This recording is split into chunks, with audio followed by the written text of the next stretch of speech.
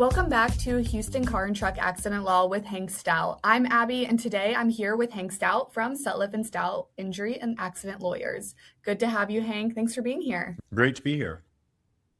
So Houston is one of the busiest freight hubs in the country, and a tired trucker on a corridor like I-10 East or I-45 is a different kind of danger than the driver that might be next to you. So today we are breaking down the federal rulebook that is supposed to keep fatigued drivers off the road, the hours of service rules, the black box data that proves a violation, and how Texas law decides who actually pays when those rules get broken here in Harris County. Most people have never heard of hours of service until a fatigued trucker changes their life on one of these freeways. Let's start at the top. What exactly are the federal hours of service rules, and why do they matter so much when a truck crashes here in Houston?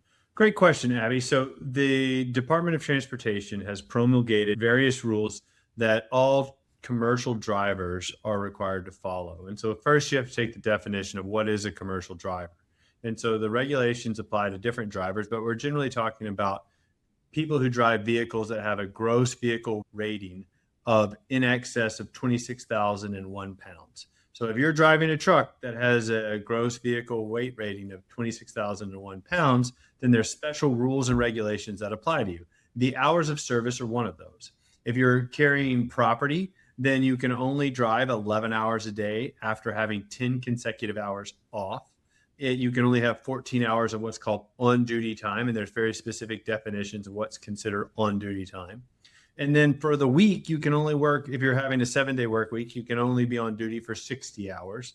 And if you choose an 8-day work week, then you can only be on duty for 70 hours. And that's what the rules are for property carriers. The rules for bus drivers, they're different. And then Texas has its own set of rules. And so knowing which set of rules apply to your driver is really important, because when you talk about negligence and negligence of a company and negligence of a driver, is were they being reasonable? Did fatigue contribute to the collision? And I've had a bunch of collisions. I just finished one. It was a 3-death case where a driver essentially fell asleep at the wheel because he was working 2 jobs, only taking 4 hours off. So he's getting about an average of 3 hours of sleep a day and then trying to sleep in between. And fatigue clearly caused this collision. And so getting that evidence to show how reckless this driver was really helpful to make our case against the company and the driver for what they did.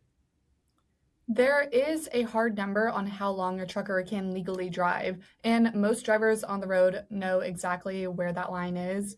So break down the big one for us, the DOT 11-hour rule. How long can a trucker actually be behind the wheel before they have to stop? Sure. So you can drive for a consecutive 8 hours, but then you have to take a 30-minute break. And during one day, or at least before having what's called 10 consecutive hours of off-duty time, you can drive up to 11 hours. And that assumes that there aren't any type of adverse circumstances like rain or something else that would need you to drive over. That's the only time you can extend. And if you do extend, you can only extend 2 hours. And so that's the way the rule works, is that you can drive 11 hours a day with proper breaks, but then you have to have a consecutive 10 hours off duty before you can start driving again. The 11-hour rule gets all the attention, but there is a whole rule book stacked on top of it. So let's get more into the 30-minute break and the 60-70-hour weekly limits. So walk us through the rest of the rule book for trucks running these corridors. So after 8 hours of cumulative driving, then you have to have a 30-minute break. That's what the new rules say, and those were passed in 2000. That's the last time the Department of Transportation kind of redid these rules. And that's for federal. And so the rules that apply, at least in Texas, are a little different. So if you're interstate, meaning you're going from state to state, long-haul trucking, then those are the rules that apply to you. If you're doing intra, which is just trucking inside the state of Texas, then you actually don't have to take a break. You can drive essentially 12 hours, and then you have to have 8 hours off duty. So the rules are different for different truckers, for depending on where you're doing, depending on where the trucker's going. And the same thing you pointed out, which is a great thing to kind of know as well, which is how many work days do you have?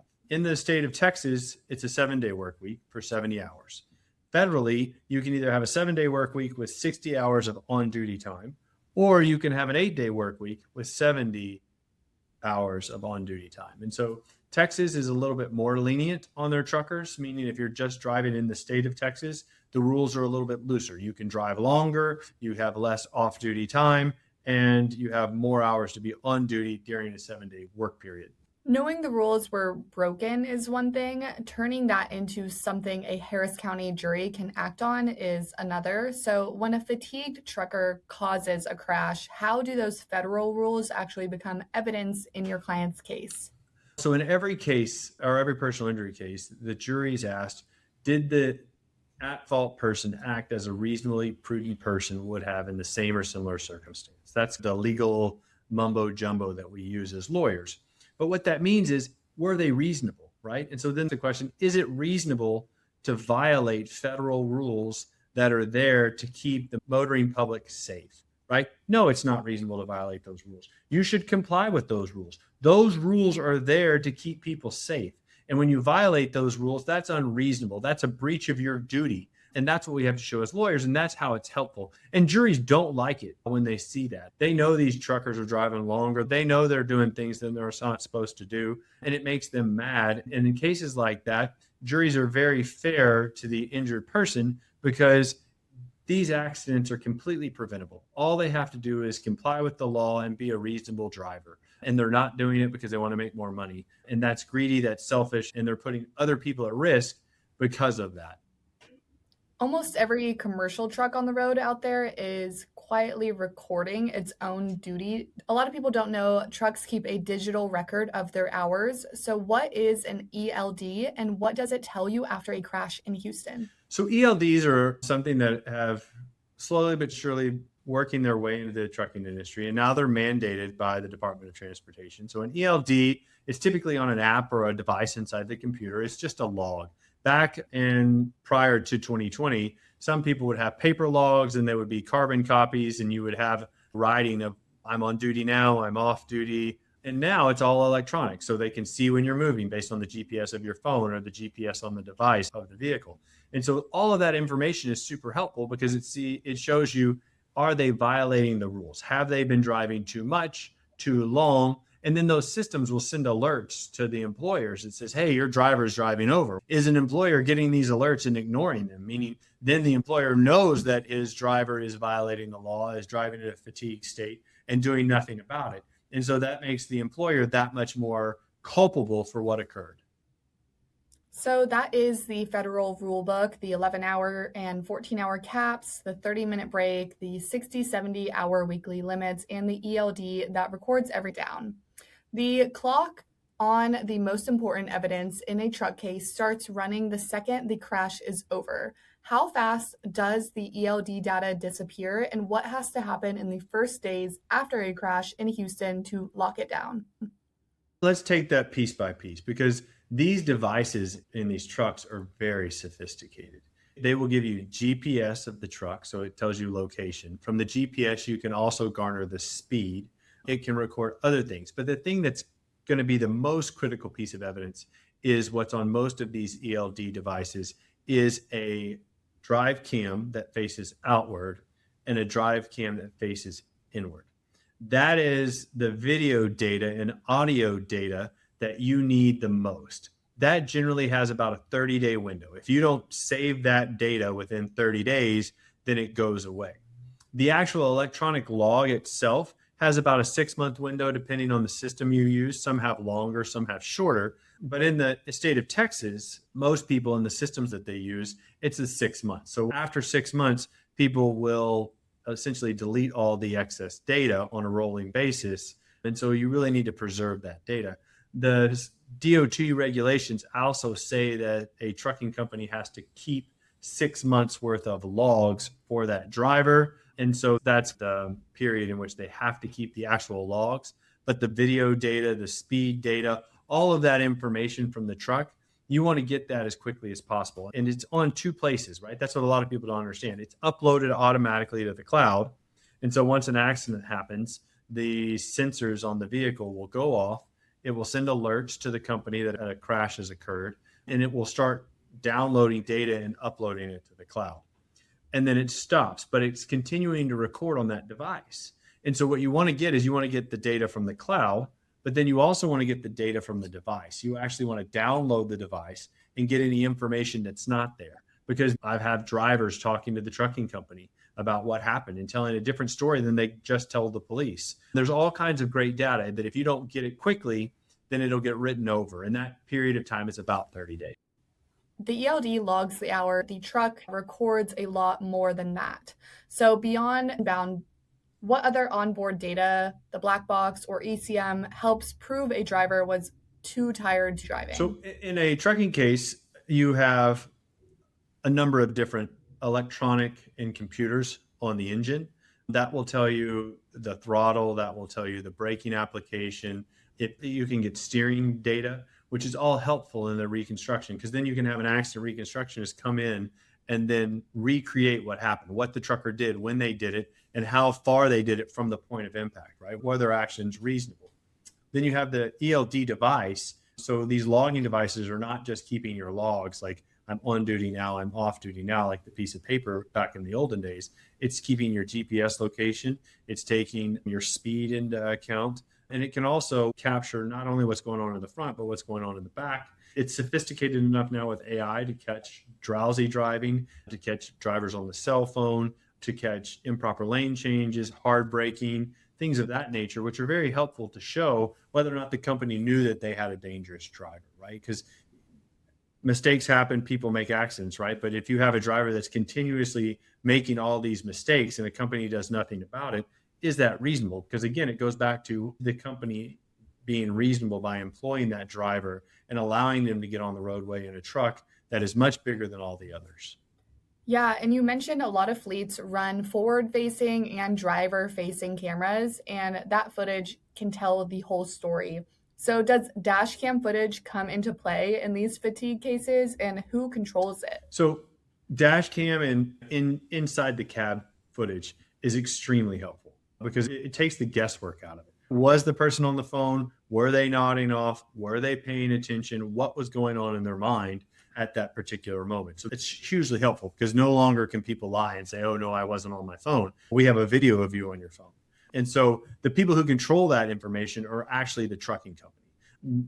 The big devices, Samsara, Lynx, Keep Trucking, those are the big ones in the industry that kind of have this information. They'll tell you that all of the information is controlled by the trucking company, that it's the trucking company that has access to the server, it's the trucking company that can download it from the cloud, and that they have all the access to the information. Now, the trucking companies like to play dumb and say they don't have it, but when you push them and you file all of the various motions that you need to file, then eventually you can get the data. On a corridor with this much commercial truck volume, a single crash can have a surprising number of liable parties. When a tired trucker hits someone on a Houston freight corridor like I-10 East or I-45, who is actually on the hook? So we get involved in a lot of cases where a driver causes a collision. And then because you're on a freeway, because you have a lot of high speeds and a lot of drivers, then there are a lot of additional collisions that occur as a result of the fatigue driver's actions. And so in those cases, you can not only hold the fatigue driver responsible, but the other individuals who collision or ran into you for failing to take proper evasive action, right? Because Texas is a comparative fault state. And what that means is the jury's going to be asked to weigh the actions of everybody that's involved in the collision to determine who's at fault. And so you can have multiple people at fault for the same collision. Most people think a truck case stops at the driver, but the company that dispatched them is usually the bigger story. People assume it's just the driver. How does the trucking company itself become liable for putting a fatigued driver on the road?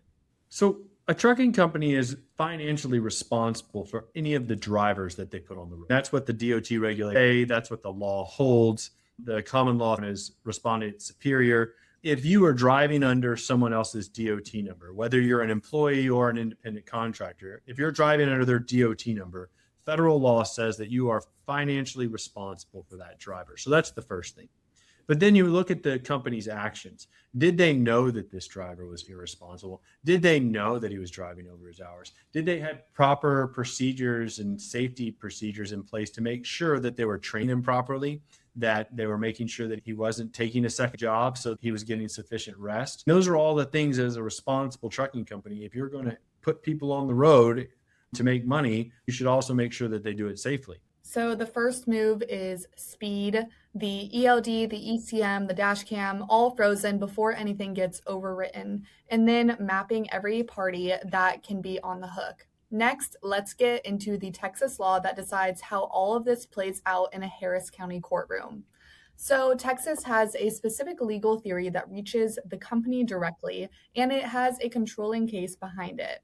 Texas has its own twist here. How does negligent entrustment work under Texas law in a truck case? So this is an area of Texas law that's gotten changed recently by statute. And so in Texas, when you sue for negligent entrustment or negligent hiring, negligent training, negligent supervision, the trucking company, if they stipulate that they employed the driver in the course and scope of his employment when the collision occurred, then all of those claims will weigh if they're just negligence claims. The only way that they stay in play is if they are what's called grossly negligent claims. And so the works is the trial is now bifurcated. And this is new and that just recently passed and a few legislative cycles ago. And so the way it works now is that when you sue for negligent entrustment, meaning you gave the truck to an irresponsible driver, what the company can say is we'll take responsibility for him. So all of those negligent claims go away unless you can show gross negligence. And so then you have to think about that as a lawyer. Do I have a gross negligence case? Should I make those claims? Yeah, in 2021, Texas rewrote the rules for exactly this kind of case, and it changed how these lawsuits get tried. So let's talk more about Texas specifically. How did the House Bill 19 change the game for these commercial trucking lawsuits? Well, as a lawyer, it doesn't really change anything. It changes the claims you can make. It changes how the case is tried. The idea behind the changes was primarily by the trucking industry, thought that they didn't want to air their bad laundry in front of the jury because then the juries would get mad at them and the verdicts would be more substantial. That's the truth of why the law was changed, is they thought it would help reduce the verdicts that are going against these trucking companies. But the reality is that it hasn't. The verdicts are still very large because people understand that the company is there and that the driver is unsafe. And these drivers are just bad drivers. And so all it does is it changes the way you try the case. You have to allege gross negligence because if you don't, then you don't have these negligent claims, assuming that the company's to course and scope. And so it just kind of affects, as a lawyer, the way you look at the case and you analyze the claims, and you have to determine, do I have a gross negligence case or do I not? So, a two-phase trial is unusual and it changes the order a jury hears the story. What does that bifurcated process actually look like in front of a Harris County jury? So in trucking cases now where you have a commercial driver and a commercial employer, if a defendant files certain documents and stipulates to the course and scope of the driver, then all of the gross negligent claims related to the negligent hiring, supervision, training, entrustment all go in the second phase of the trial. So the jury just hears evidence of what the driver did wrong, and then hears evidence about what a person's compensatory damages are, right? Compensatory damages are the normal damages that you receive as a result of your injuries. It includes economic damages and non-economic damages. What it doesn't include is we were accustomed to here in Texas the bifurcated trials because gross negligence, you could always bifurcate your trial if you had gross negligence claims and you could force them to do all the negligent stuff second.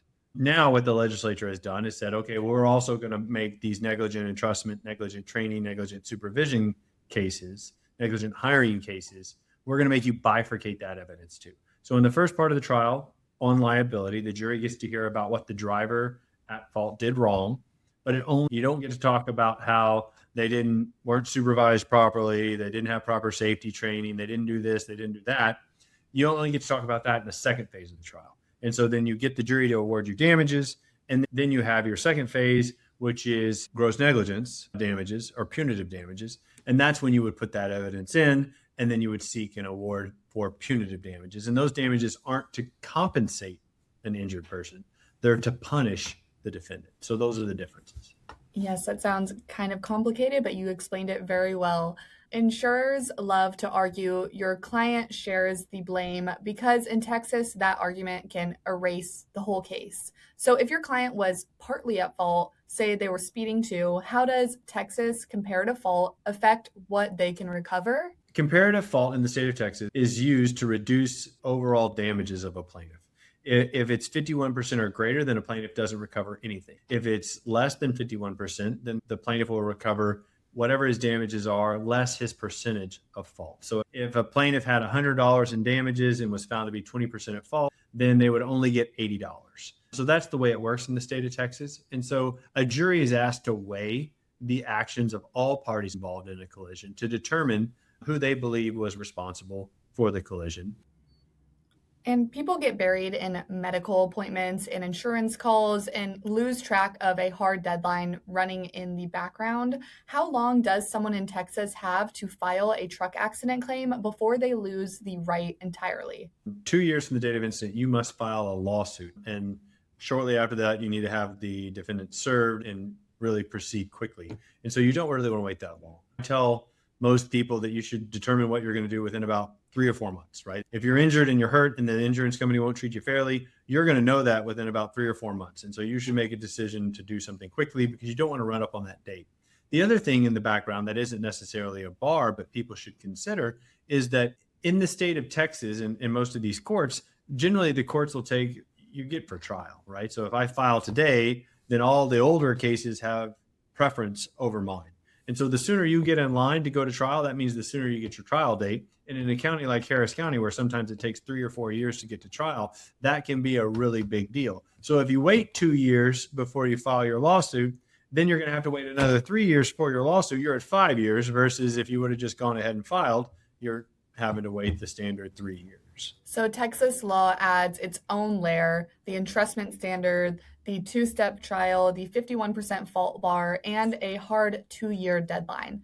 The last segment, let's talk about what these cases are actually worth and how you fight the commercial insurance machine. So, when a fully loaded 18-wheeler hits a passenger car, the physics are brutal and the injuries reflect that. What kind of injuries are we usually dealing with when the 18-wheeler driver falls asleep at the wheel? They're catastrophic. They're usually traveling at speed. You see them all the time where they plow through people, and it's just that cars aren't designed to take that much force on them, and it results in the passing of the occupants of the hit vehicle in catastrophic injuries that will forever change a person's life, whether it's quadriplegia, paraplegia, brain damage, spinal injuries. I mean, these are significant injuries that are going to change the quality of a person's life forever. And sadly, as a lawyer, we see this day in and day out, and the fatigue ones are especially bad because of the highway speeds that are typically involved. Putting a dollar figure on a lifetime of care is one of the hardest and most important parts of these cases. So, how do you put a real number on a lifetime of medical needs after a catastrophic truck crash in Houston? So, as a lawyer, your job is to help clients develop their damage model. And do that is you take all their medical records and you look at the treatment that they've had. And then you consult with other medical experts and say, okay, these are the injuries this person had as a result of this collision. What do you think they're going to need for the remainder of their life? Right? Because if you're 35 and you have a life expectancy of 75, you've got 40 more years to live. What all medical treatment are you going to need? And then what is that medical treatment going to cost? Because as you get older, your problems get greater medically. And so your injuries are going to compound those problems. And having a doctor explain that is how you kind of figure out what you're going to need. And then you hire experts called life care planners that will then take all that data and they'll prepare a report and they'll add figures to it that kind of tell you, okay, from a medical standpoint, this is what this individual is going to need most likely over the course of their life as a result of this collision.